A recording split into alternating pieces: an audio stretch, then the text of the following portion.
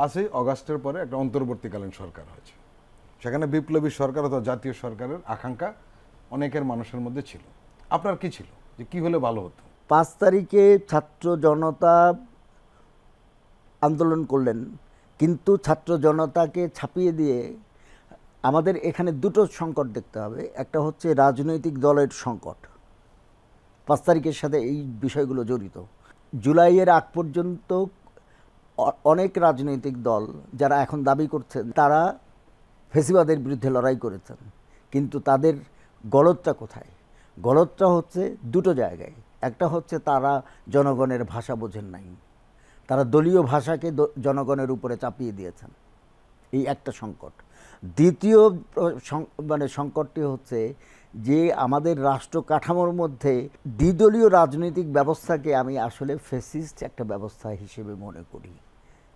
কারণ দ্বিদলীয় ব্যবস্থা হচ্ছে উন্নত গণতান্ত্রিক সমাজের জন্য। এখন জিনিসটা হচ্ছে যে 5 তারিখে যে আলোচনাটি হলো, একটি বাহিনীর প্রধান এবং উৎসাহী একজন অধ্যাপক এবং এরা মিলে রাজনৈতিক দলের সাথে কথাবার্তা শুরু করলেন।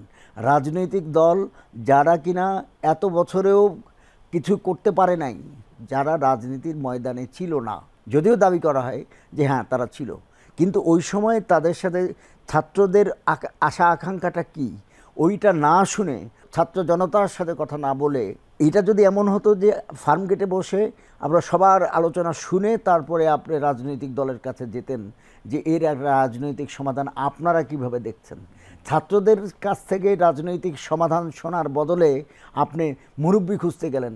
আসলে তারা মুরব্বি কিনা এটাই আমার এখন প্রশ্ন।